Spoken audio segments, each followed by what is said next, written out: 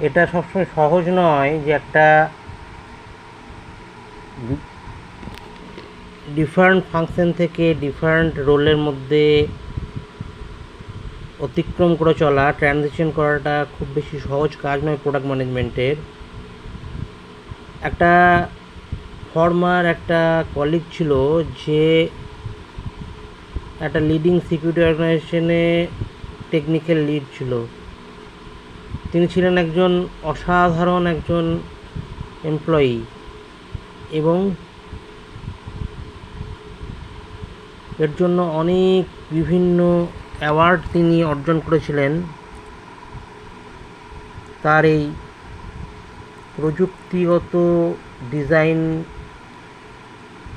অনুদান কন্ট্রিবিউশনের জন্য